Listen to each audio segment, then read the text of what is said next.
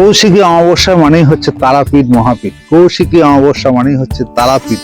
আর এই দিনটা হচ্ছে ভাদ্র মাস, নিশ্চয়ই জানেন ভাদ্র মাসেই হয় কৌশিকী অমাবস্যা।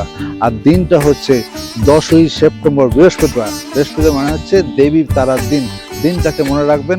আর আমি এই মুহূর্তে আছি কিন্তু তারাপীঠ শ্মশানেতে। আর কৌশিকী অমাবস্যা মানে দেবী তারা। দশ মহাবিদ্যার দ্বিতীয় বিদ্যা হচ্ছে দেবী তারা। আর আপনারা কৌশিকী অমাবস্যা জানেন, কৌশিকী অমাবস্যা মানে হচ্ছে তারাপীঠ মহাপীঠ। আর এই দিনে অগণিত মানুষ যারা আসেননি কোনোদিন তারা জানেন না, অগণিত মানুষ, অগণিত ভক্তের ঢল নামে দেবী তারার দর্শনের জন্য। এবং এই দিনে এসে, কেন এই দিনটা এত পাওয়ারফুল, এই সময় বলা হয়, কথিত আছে, স্বর্গ এবং নরকের দুয়ার কিন্তু খুলে যায়। অর্থাৎ যে সমস্ত ভালো সাধক তারা যদি ভালো উপাসনা করে তাহলে ভালো কাজ হয়।